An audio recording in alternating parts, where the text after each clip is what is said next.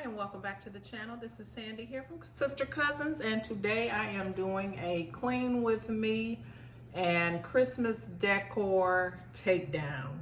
So if you need some motivation to get your decorations taken down and get everything back to normal, just keep watching. So I'm actually going to start off with my stove and microwave and try to work my way through the kitchen first and then move my way over to the tree.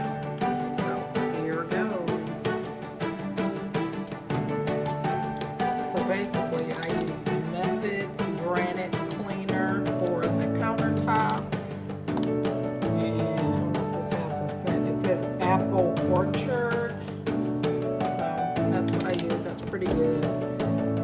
Perfect stainless for the stove and refrigerator.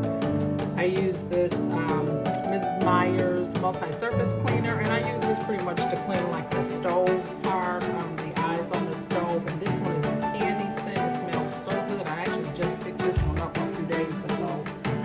I have my Awesome out just in case I need that. I just use that for miscellaneous things. And then to polish up the sink, I use this Wayman stainless steel sink cleaner. I can also use this. It basically does the same thing, but somewhere along the way I found this on a clearance rack and picked it up. So that's what I'm doing.